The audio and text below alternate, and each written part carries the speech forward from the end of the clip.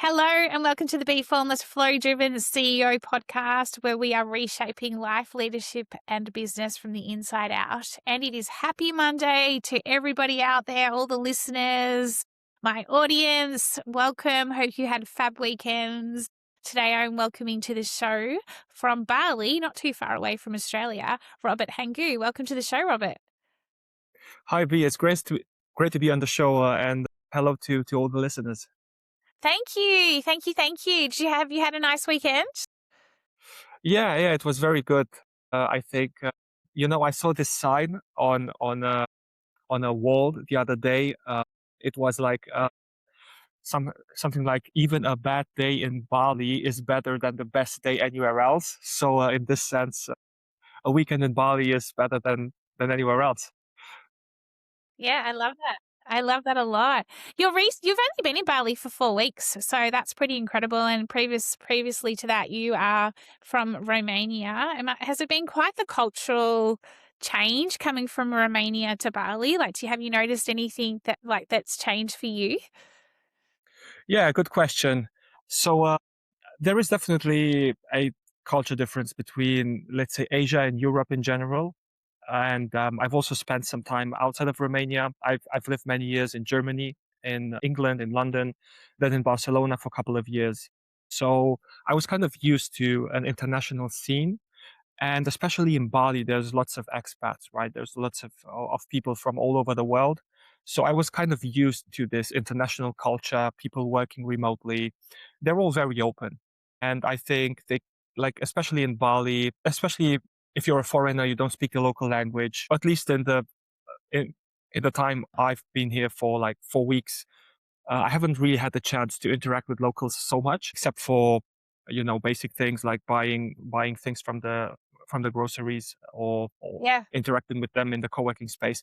But from these interactions, yeah, indeed, there is a big culture difference between Asia in general and Bali and Europe. And it's also my first time in Asia, so I don't have a reference point outside of Bali in Yeah, Asia. cool. Very In that cool. sense. Yeah, I love Bali. It's such a great place. And it's quite the startup culture, isn't it? It's quite the innovative startup culture. There's a real hub. There's a lot of digital nomads that live in Bali.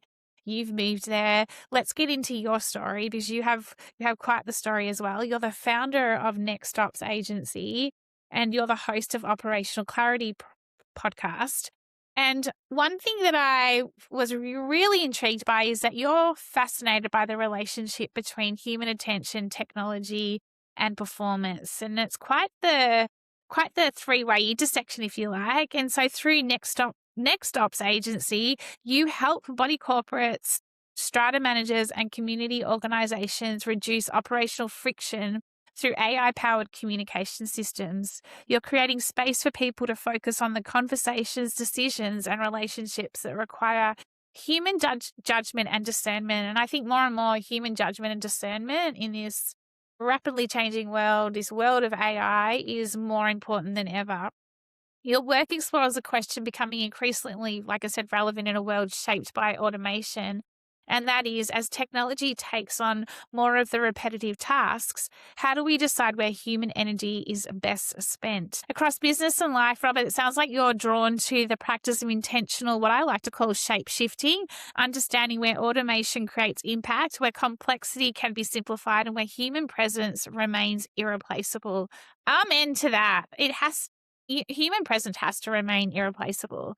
When you booked in for the pod and I asked you what's one unique experience or insight when it comes to life, leadership, and or business, you said, I work at the intersection of communication design and AI. I help build body corporates and strata managers cut time out of the repetitive calls through intelligent phone automation. And on the personal side, I'm exploring how to work at peak performance over sustained periods of time and push through daunting tasks. Let's talk about how you came to being the founder of NextOps Agency. Tell us a little bit about that. Definitely.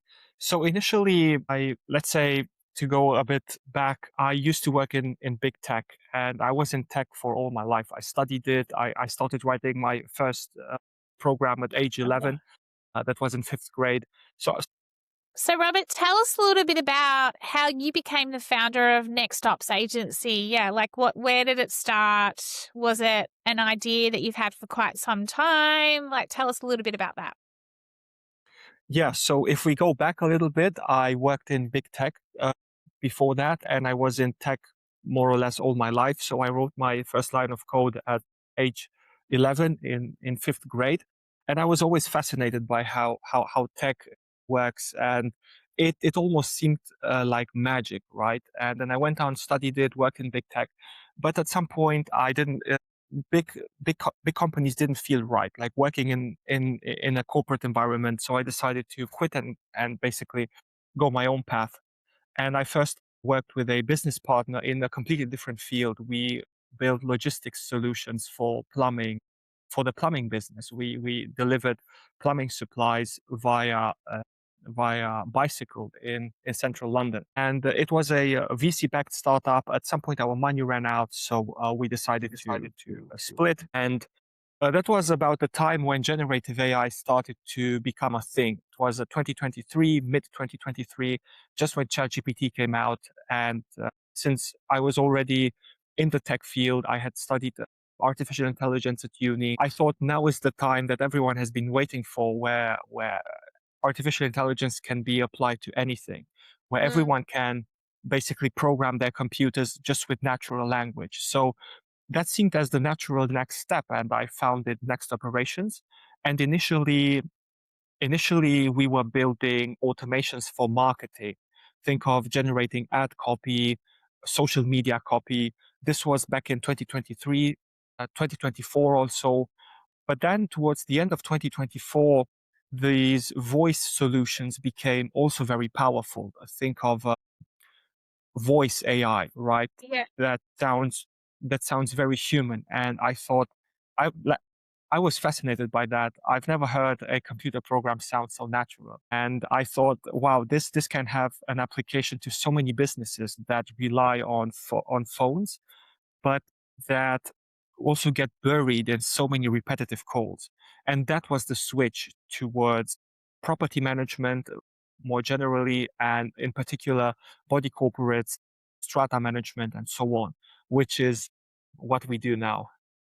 And so, was there like, did you have an experience or a challenge with property management or strata or anything like that? What brought you to be so niched in on, property management, strata, etc.? Like it's really interesting because I haven't met anyone who is playing in this space the way you're playing in it. That's true. That's true. Thank you. It was more of a, let's say more of a spontaneous discovery. So when the voice AI came out, I was researching different industries. So I was researching, in general, local businesses. Think of clinics, wellness clinics, med spas, dentists, doctors, physiotherapists, or home services. And property management was one of them. And I was basically speaking to various business owners in all of these industries. And within property management, and especially body corporate management, I found somebody who was very forward looking and forward thinking. And we decided to work on a prototype. This was a client from the US. There it's called Homeowner Association and Community Management. It's a slightly different name, but it's exactly the same type of activity and the same problems. And they said, look, I have all these repetitive calls. I get 100 to 150 phone calls a day, and most of them are repetitive. And they had all of this vision around how to integrate these phone solutions into their business. So we've built a prototype first, and then we developed it into a proper working solution. So now it's answering their phone calls and automating about 60% of the repetitive calls, like what's my levy balance? How do I request resale documents? How do I write a letter to the board? All of these questions. So this is how I got into this niche. It was more or less, let's say, by accident. And since the solution is working so well for this one client, I decided to further dig into this niche and find others who obviously experience the same problems and are looking to automate part of part of this. Yeah, because it's for me, like I've dealt with body corp before, and I find, you know what I find so frustrating when they don't return your call, and like you are waiting, or you're passed on to all these different people. It's just like, can you just answer my question, please? So from the other side of it, from the customer client side, like, have you like is this enabling with your automation and what you're providing? Is it enabling faster communication, more responsiveness to these repeatable questions? Because there is a bit of a void that happens, like, strata, you ask anybody, probably in Australia here, and body corporates, people roll their eyes a lot. And I'm not like bagging them as such. It's just from a communication sense, there just seems to be a real lack of communication, two-way communication and responsiveness. So you talk about repetitiveness, I talk about responsiveness. And so is that something you're addressing as well? Or what you're doing, does that address that challenge that quite often a lot of people who, are owner occupiers of their apartment, etc. It Yeah, surely it helps definitely. that as well.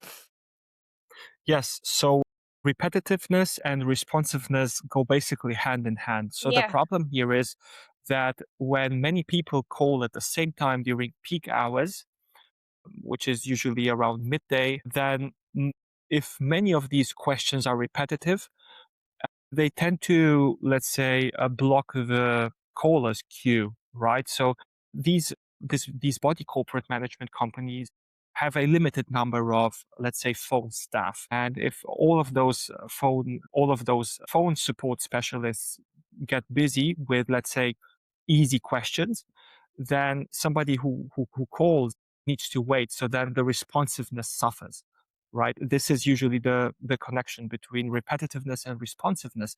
Now imagine if you had a automated phone responding solution, then you Mm. could redirect all of these easy questions to the automated phone solution.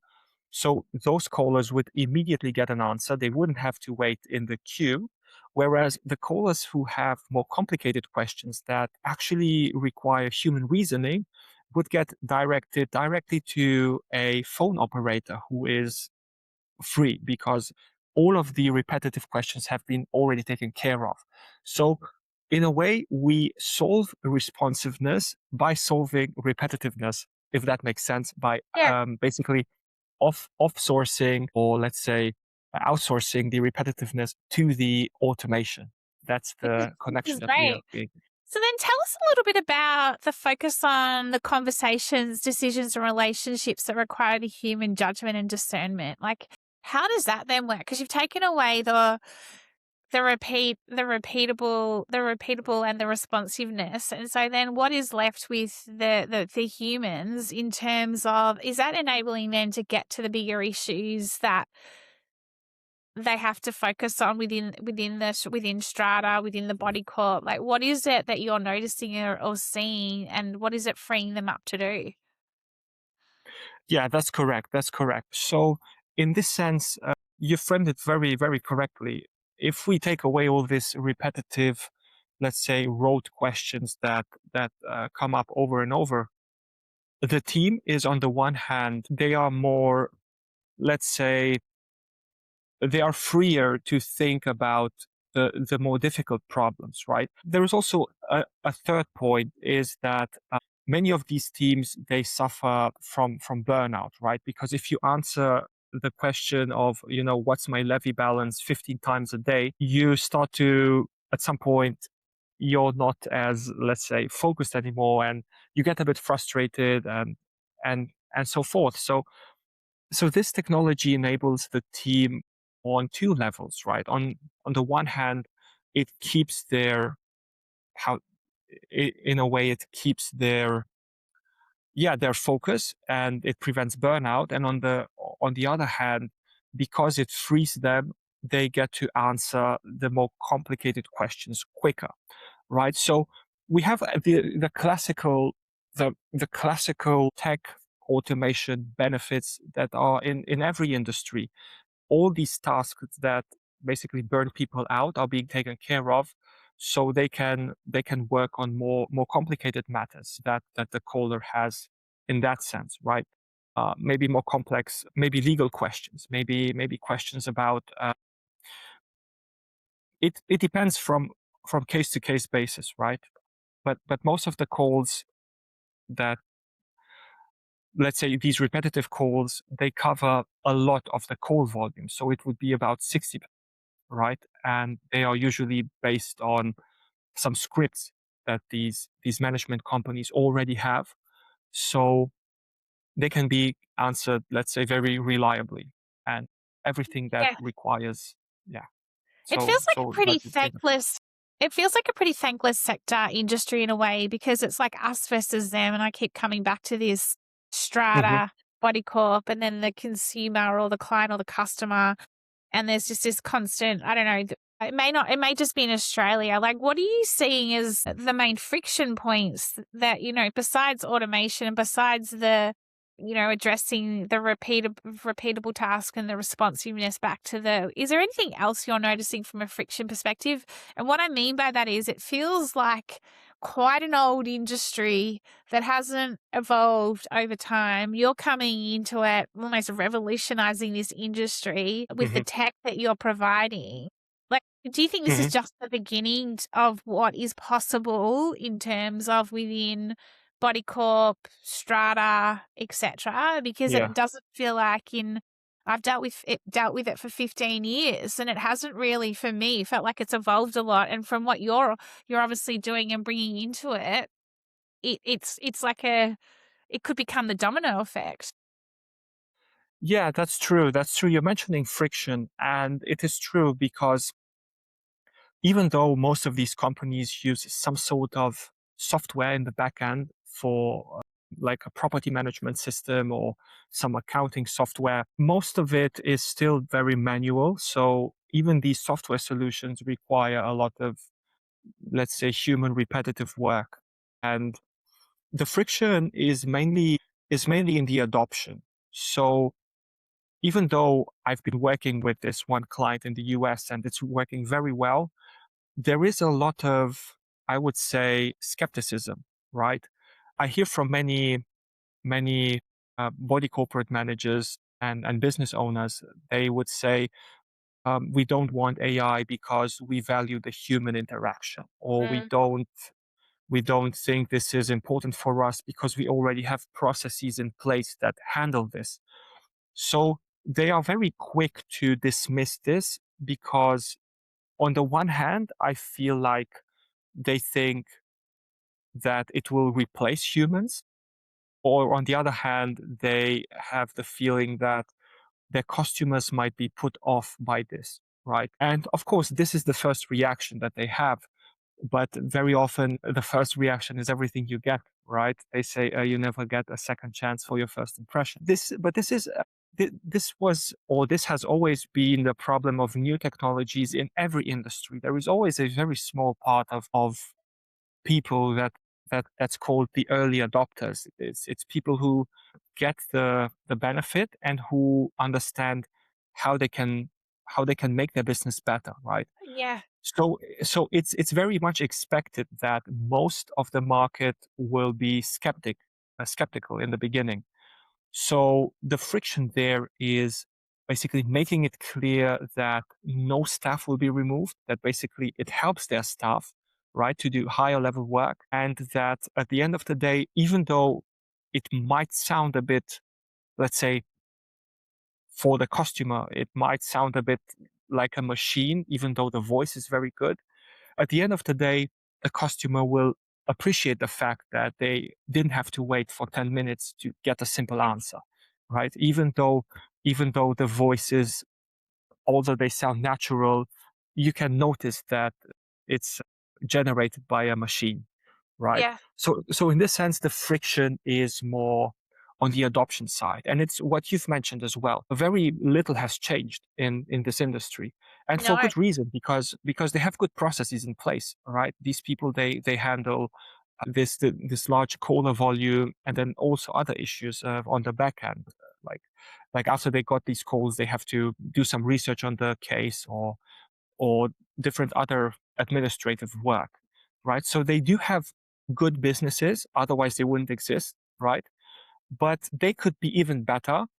And I think once the solution gets adopted within some of these businesses, it's as you say, there will be a domino effect, but we still don't know when that will be, if it will be this year, next year, in 2 years.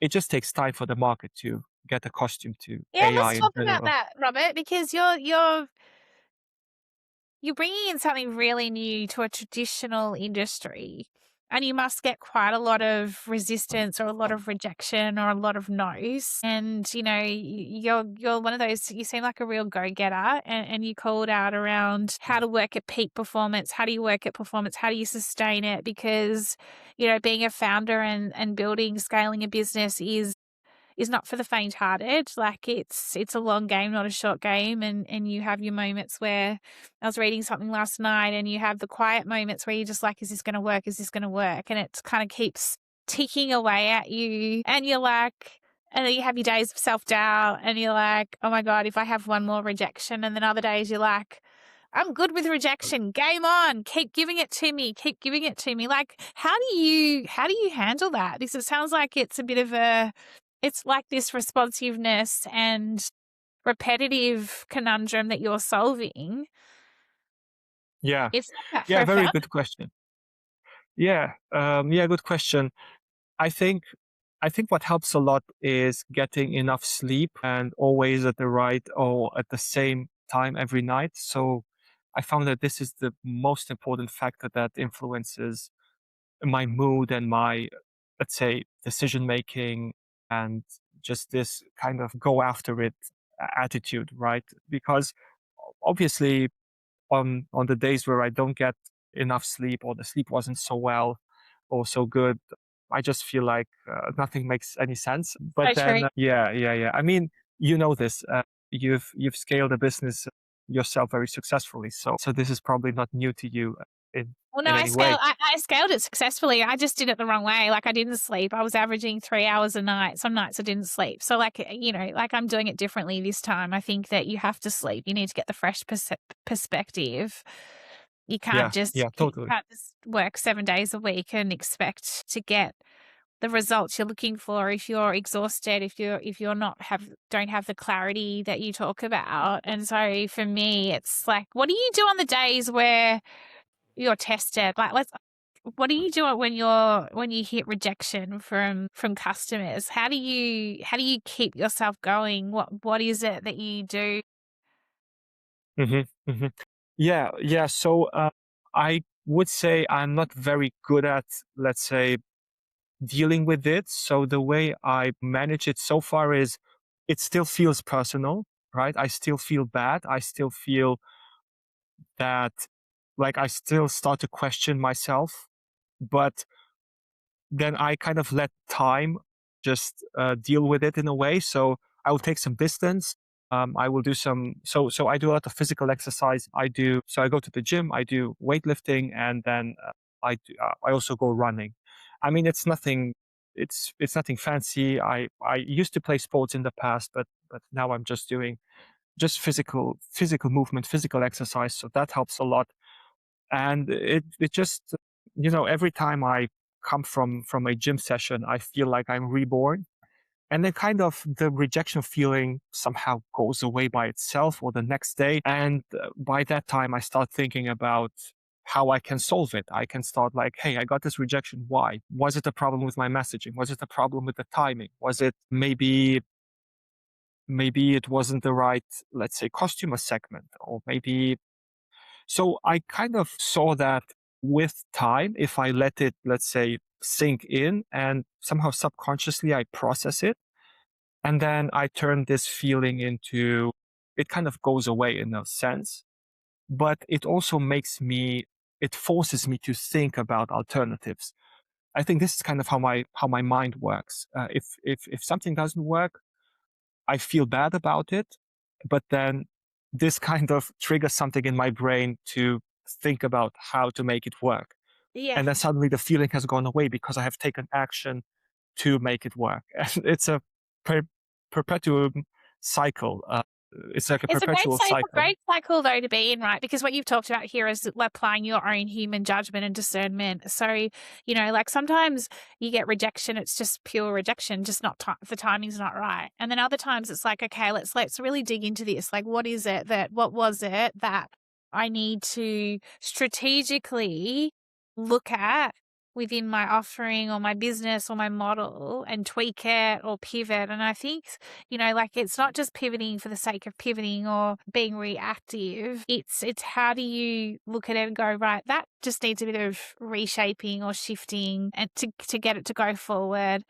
You hear quite often founders like they have that many no's, they're about to give up, and then all of a sudden they get this one almighty yes. And so I think it's just those incremental, like you say, it's incremental steps. It's the ability to be able to keep taking that one step in front of the other to keep going forward. Because, when it comes to trailblazing, pioneering, a category or an industry, if you like, it hasn't really changed a lot from what I can see. I could be wrong. I'll strata management, body corp, anyone listening who is in that prove me otherwise. Robert, what you're doing with NextOps Agency is that you are coming into shape it and shift it, right? For better, for the better of the industry and also for the better of the customers. Yeah. That takes time. That actually takes time. And if you're somebody who likes to just get things done, patience is a virtue, right? Mhm. Yeah.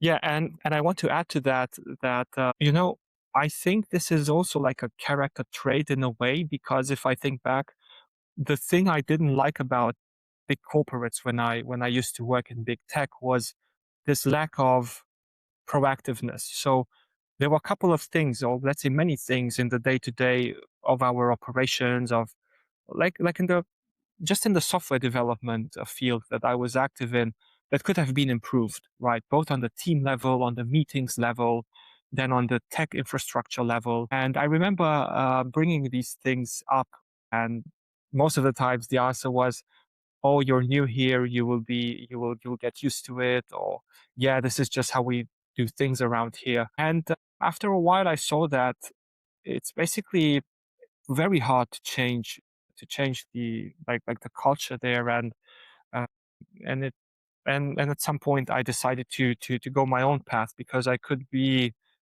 let's say, I could decide over, let's say, my little world, and do, or let's say, in this sense, my little world as a business that I would start, or something similar. And that was the thing that drove me to pursue entrepreneurship. So I think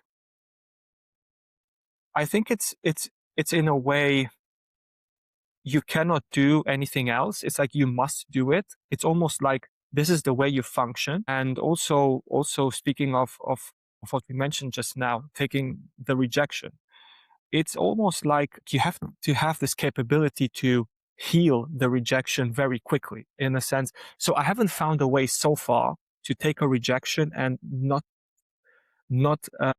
Take it feel personally. it as, yeah, exactly. So I, maybe some people can do this. Maybe you know how. Maybe you can tell me how, or maybe you can teach me how.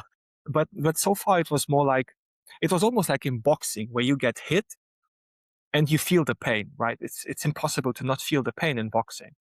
But Yeah. the best boxers, they get up and they continue. They continue even though then there's the Yeah. pain, because they can absorb it, right? So in this sense, I think if you're an entrepreneur, especially in such a difficult space, you have to be able to take in, or to absorb a lot of pain, a lot of negativity, a lot of a Well, lot I of don't know. Like, I'm not all sure if these it's things. absorb. I think it's observe it. I think it's observe it, and then, observe, not absorb, because that's where you are not allowing yourself to heal, right? If you think about Mhm, observe the situation, okay, I got rejected. Do I take it on board or do I actually hold it here? Because what you're talking mhm, about here is that you're healing. So a lot of us, including myself, we're always seeking at times validation from the outside in, when actually The validation is not from the outside. And so when you get a rejection from a client or an opportunity with a new business prospect, you're taking it personally because you're seeking the validation from them when actually you're enough. So if you think about your self-worth, your interconnection of, mind, body, soul, who you are from the inside out, taking those rejections on board, it kind of can just bounce off. It just bounces. It enables you to be able to bounce forward without taking it on. So I always think about it like this, whenever I'm, because I'm an entrepreneur myself and a founder and I work with founders in this space, it's kind of like asking yourself, what is it inside of me that is not comfortable with this form of rejection? Like, what's it triggering for me? And I can bet your bottom dollar it's something within you that isn't healed that you need to heal so that you can then let it bounce off you and continue to bounce forward. What if you're not seeking external validation? What if you're seeking your own validation? So what I mean by this is, let's say you reach out to a prospect, right? Or to multiple prospects, or you have a strategy of outreach and you get rejected. And what if you're not seeking the validation of those prospects, but instead what's happening is you realize that your outreach process, for example, wasn't right. So then you start thinking, okay, but I haven't produced, let's say, good work, as in good work, like the outreach work. So then you start, let's say, dropping below the validation threshold of yourself because you think, I'm not good at this. Maybe, you know, uh, maybe, so you're seeking your own validation, right? That's So mindset. I'm, okay. Sorry, keep going. Keep going. So what I'm trying to say is it might be easy to not take in or to seek the validation of others. That might be easy, but the hardest thing is to, let's say, to not need your own validation, if that makes sense, right? Because if somebody, Yeah, 100%. But you also need to know that you are worth it. And so that exact example you just given me when you have your outreach is all like second to none. I'm sure it is. Like your tech background, everything. I'm sure it's brilliant. It's just not the right timing, like it comes down to where we get so attached to outcomes. We get so attached to wanting to see a tangible result immediately. And so when we don't get it and we're like, everything's right. And you start blaming yourself going, I don't have anything to show for this. Like, what is like, and so we start shitting on ourselves essentially and going, you're not good enough. You're not worth it. This is never going to succeed. That's mind. That's mindset. That's a mindset game in terms of that's the amygdala. That's the back of the brain, the old brain telling you it wants you to keep you where you are. It doesn't want you to grow. It doesn't want you to evolve. So when you talk about exercise and going to the gym and, you feel like you can take on anything, for me, it's knowing when you're in those situations and then what are you doing to pull yourself out of it. So for example, I like when I work with my clients, I provide them with a tool, which is the pattern interrupt tool. And so basically it's knowing when you're in that space, what's a quick thing that's going to get you out of that spiraling pattern to then snap you out of it and get you back to where you meant to be.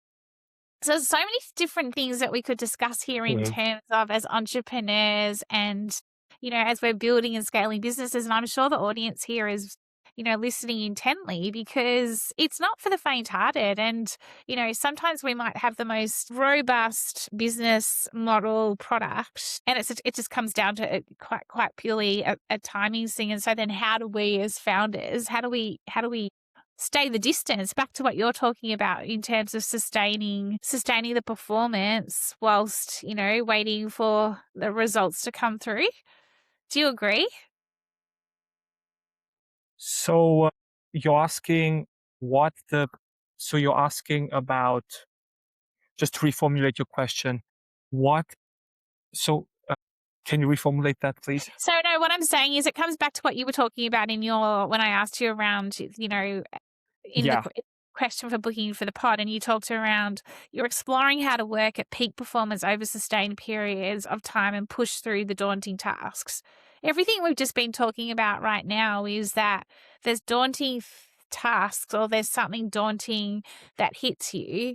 And so then how do you work at a level Yeah, that is sustained, yeah. regenerates you? And so, for example, your cold email outreach, it sounds like it's robust, it's right. You're not seeing Hmm. results. So your mind is automatically going, Robert, work harder, push harder, do more, do more, do more, try this, try But that. sometimes it's not. Yeah. And it disconnects, it can quite often disconnect what you've got. And so it's like, so it's understanding, all right, I'm in survival mode right now. How do I pull myself out of that back into, no, the strategy's right. This is just what's You just happening have to right push now. through. Yeah, And it's just yeah. continue to, I wouldn't say push, it's bounce, continue to bounce forward step by Hmm. step, day by day. You know, that's So you that's the basically, you're basically externalizing, let's say, this feeling of, let's say, rejection, and you reframe it as, okay, it's not, let's say, I did everything I could, I did everything, let's say, to the best of my knowledge.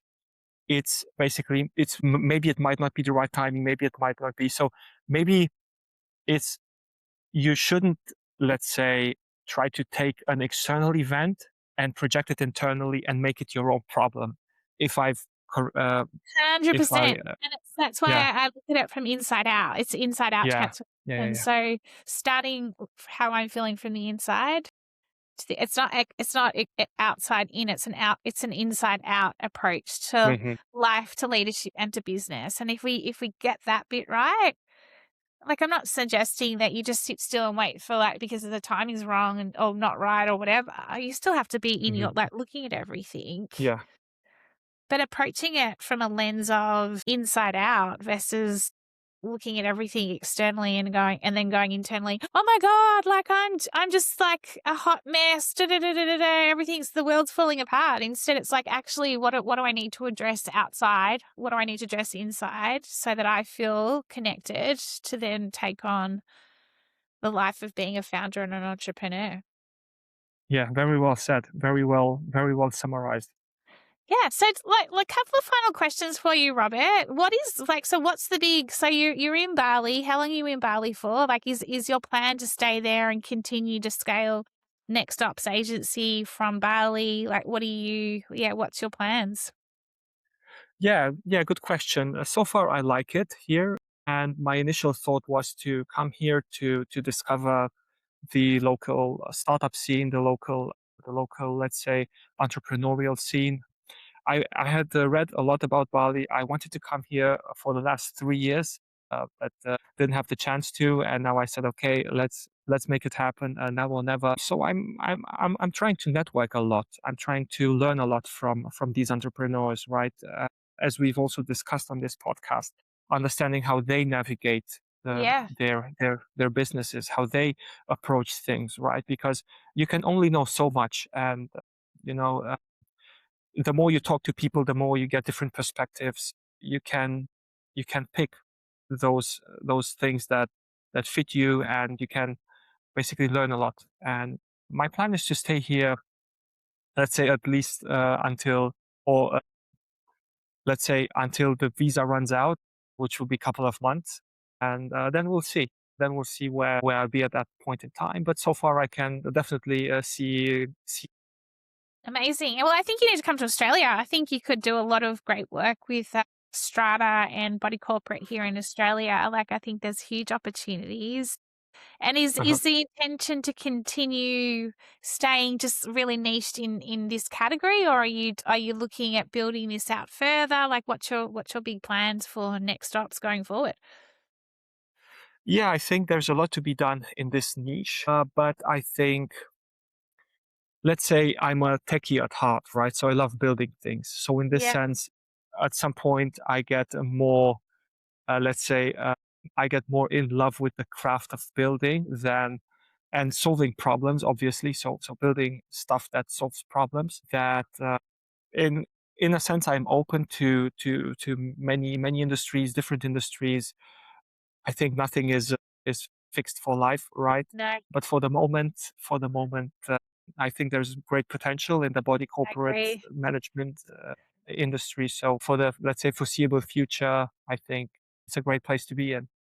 Yeah, I love it. And I think that you are on a winner in terms of, if, trailblazing and revolutionizing the sector. I think is quite incredible. What would be one piece of advice you would give to any budding founder, anybody who is starting up or scaling? What would be your piece of advice to them from all the experience that you've had? I think it wouldn't be advice. It would be more of a, let's say, of a pointer, right? I would say first try to figure out if this is what you want to do. Like figure out if you have the kind of character that in a way can recover from rejection and the somehow the longing to build something, to continue to realize your dreams is bigger than this rejection or Yeah, this feeling of so true. so figure out if you are somebody who can get punched in the face and the next day or 2 days later you can just get up and think, okay, how can I make it better, how can I change it, and I you have love it. forgotten, or you have, let's say, you don't or you have forgotten about that you have been punched in the face. It's like, but if you don't have this type of character, you will very easily be discouraged and you will stop doing it, or you will get into, I don't know, you will easily burn out, right? But if you have this character trait, then you can go on forever. You have to figure out, can you go on forever in this kind of environment, you know? I think there's a term called anti-fragile. I Yes, think I it was was going to bring coined it up. by Yeah, yeah. So I think it was Nassim Taleb, who's yeah. yeah, let's say a modern day philosopher. So figure out if you are anti-fragile. And yeah, I think this is my pointer, and everything else will follow from that, Agree. from there. And that's why I kept saying bouncing forward to you. And just for all the listeners, just to sum this up, anti-fragile, there's the whole, we all have times of fragility and it can be huge forms of adversity. And so quite often we then move into resilience where we're bouncing back. And then we can be dancing between resilience, bouncing back, and fragility, resilience. How do we continue to grow? And that is the ability to become anti-fragile. So think of it like post-traumatic growth. It's the ability to bounce forward. Not to say that you are always anti-fragile. Instead of just being fragile and resilient, how do you continue to bounce forward? Because that is the magic there, if you can bounce forward and keep going. Totally. So, Robert, on that note, how do we find out more about NextOps Agency, and how do we find out more about you and your podcast, the Operational Clarity Podcast? Yeah, yeah. So you can find out more about Next Operations at nextops.agency, and you can find out about you can find me on LinkedIn as well. It's LinkedIn/in/Robert-Hangu. And you can find out about the podcast. It's on youtube.com/at operational clarity HOA. Thank That's you. where you can find me. Amazing. And Robert, I am like stealing all those like warmth, sunny vibes from you because it's freezing cold here in Melbourne and you just look like so shiny. Last thing for everyone and the listeners, it's Monday, right? I have this big belief that be your worst at your best. And sorry, be your best at your worst. I can't believe I just said that. So be your best at your worst. Here's a tip for you, Robert. Generally on a Monday it starts and you're like, oh, here we go again. If you're not feeling your best on a Monday, just do one thing that is going to make you feel your best. And that might be just going and getting a coffee, going for a walk, doing something, picking up the phone, connecting with someone, and notice how you are your best at your worst. And so then when you get to the next day or whenever you're feeling your best, you will be even better because you've actually stood into or got into being your best at your worst. So I'll leave that for everyone to have a go at. And thank you for coming on the show. Thanks for having me, B. Thank you. Enjoy your week. Thank you. Bye bye.